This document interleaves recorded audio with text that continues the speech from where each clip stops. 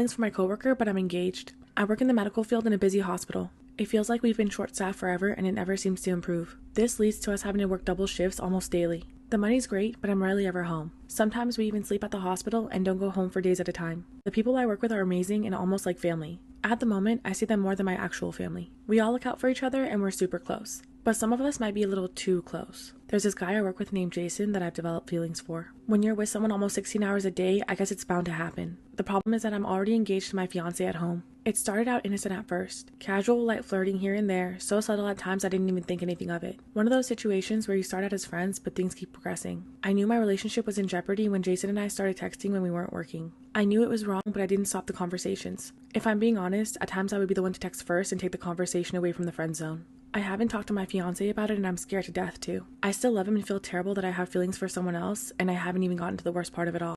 Part 2, I have feelings for my coworker, but I'm engaged. I didn't tell my fiance about Jason because I felt like this was only happening because I was never home. I felt like hardly seeing him had to be the root cause of this mess. I talked to him about making more of an effort to see each other despite my crazy schedule. This worked for a little while, but I still had feelings I couldn't deny for Jason despite trying to suppress them. I even told Jason that we had to keep things strictly professional from now on, to which he agreed. However, this agreement didn't last long. Jason and I were assigned to work in the same area for the next month. One night when we were on break together, he started telling me how much he missed talking to me like we used to. One thing led to another, and we ended up making out in the break room. This was the first time it actually got physical between us, but sadly it wasn't the last. I'm ashamed to say it happened a few more times. At this point, I knew this couldn't keep going on, so I made the decision to break up with my fiance. I quickly found out that this was the wrong choice. Shortly after, I found out that Jason was sleeping with another girl at work. I was crushed and completely cut him off. I realized I made a mistake and tried to reach out to my fiance, but it was too late. I got distracted by what could have been and lost track of something great that I already had. I still regret it to this day. Storytime on how I got caught sleeping with my boss. By his boss. I worked at a law firm. It was a very small one.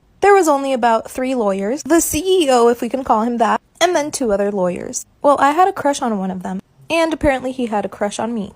Let's call him Kevin. Well, Kevin and I have been flirting for about 2 months, and honestly I was ready to give it to him. But I lived with my parents, and he was married. I know, home wrecker. Well, it was Monday, which is our slowest day of the week. The CEO had to take the day off, and the other lawyer called out. It was just us 2, and another receptionist. But I told her she could go.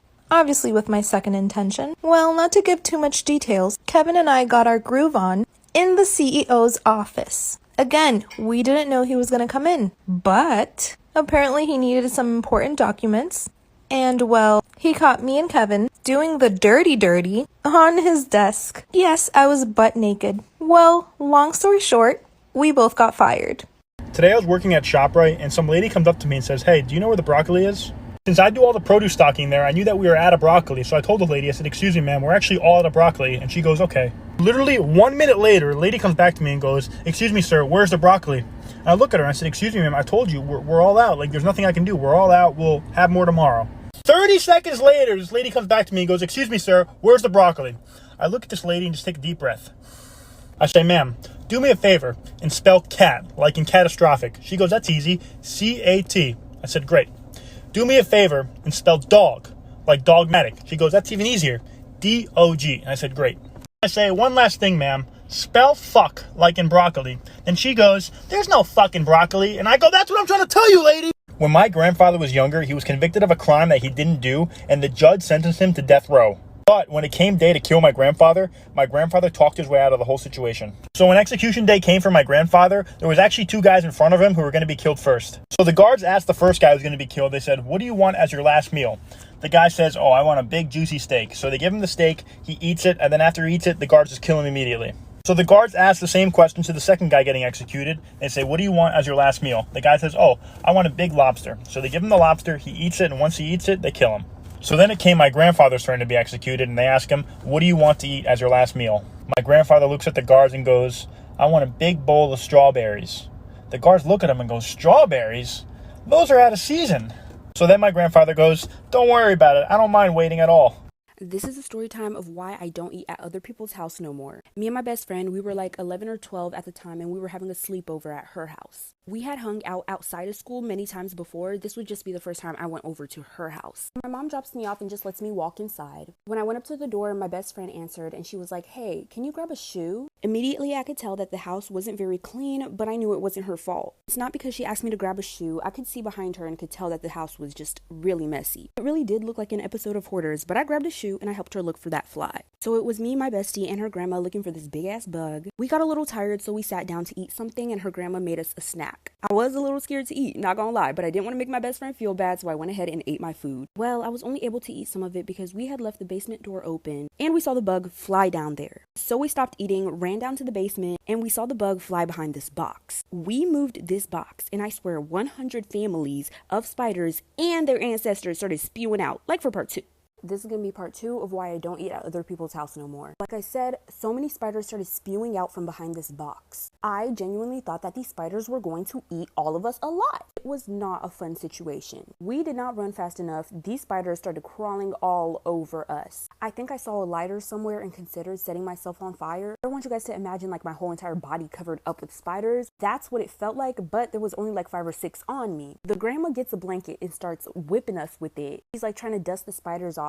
I see my best friend start stripping. I was a little about that, but I was like, fuck it. Anything to get these spiders off. Once we felt like we were good, we ran upstairs. My best friend started crying to me and apologizing and saying how much she hates her life and how she's so embarrassed. But I told her that all is good and this doesn't change the way that I see her at all. We have our little moment and then we sit down to eat again. And you know, I'm going in on my little SpaghettiOs. But all of a sudden, it starts getting crunchy. I ignore it and I get down to the bottom of the bowl. When I look down, there is a half-eaten spider in the bottom of the bowl, like for part 3. This is going to be part 3 of why I don't eat at other people's house anymore. So like I said, I was munching and grunching on some SpaghettiOs. It's getting crunchy and I'm like, what's this crunch? Where's all this crunch coming from? I was like, bruh, it's probably some expired SpaghettiOs, but let me finish this bowl so my friend don't feel bad. When I got to the end and there was only some soup left, I saw a half-eaten spider. The same spiders that we had seen downstairs. My body?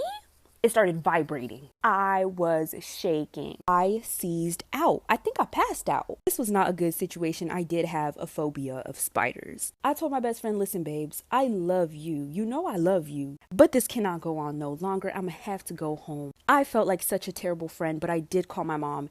And she came to get me and she took me home. I told her what happened and she was upset with my friend's grandma. From then on, we only had sleepovers at my house. And ever since my family found out about her living situation, we would go over there sometimes to help them clean. We would bring food and games. I'm grown now, but me and this girl ended up falling out because of some drama.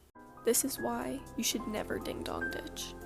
If you don't know what ding-dong ditching is, it's when you ring or knock on a door of a house that you don't know and then you go and hide. And this is Andrew Schumacher's story. Someone moved across the street from them and they had no idea who they were, and their blinds were always closed. Then one night, him and his friends were out ding-dong ditching and they decided to hit that house. His friend Stefan went up and rang the doorbell and they all went and hid.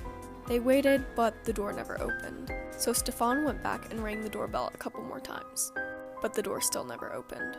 But this is when Andrew saw movement at the window.